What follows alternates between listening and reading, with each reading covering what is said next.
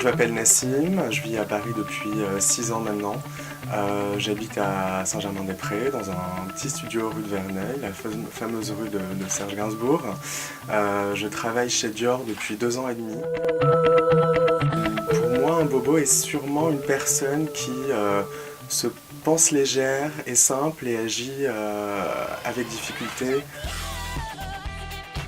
Je vais en général dans le Marais parce que ça concentre énormément de boutiques de créateurs. J'ai horreur des grands magasins et quand je peux me le permettre, j'aime aussi aller à Avenue Montaigne pour dénicher 1 ou 2 pièces exceptionnelles. En fin de journée, idéalement, je rejoins des amis pour prendre un verre, soit chez eux, soit dans les bars rue Montorgueil, pour rentrer assez tard dans la nuit, regarder 2-3 séries américaines et me coucher après avoir feuilleté les dernières pages magazines de mon Vogue ou numéro ou officiel du mois.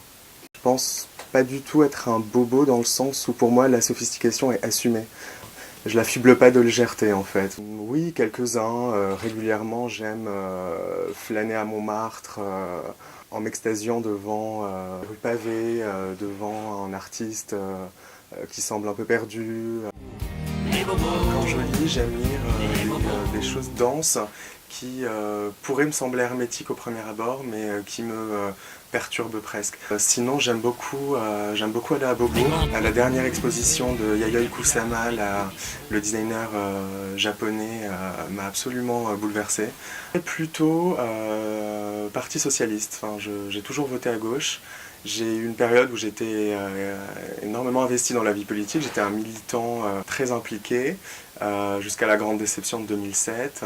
Allô, maman, bobo. Typiquement le jean slim légèrement retroussé, la chemise en flanelle rentrée dans le jean, serrée au col, des cheveux légèrement gras et une paire de chaussures un peu rétro. Les plus susceptibles d'être bobos sont les créateurs eux-mêmes.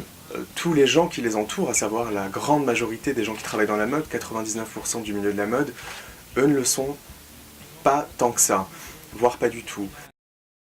Le jean, ni coupe slim, ni coupe cigarette, ni baggy, ni rien du tout, un peu délavé et si on va même jusqu'au troué, là par contre c'est une faute de goût.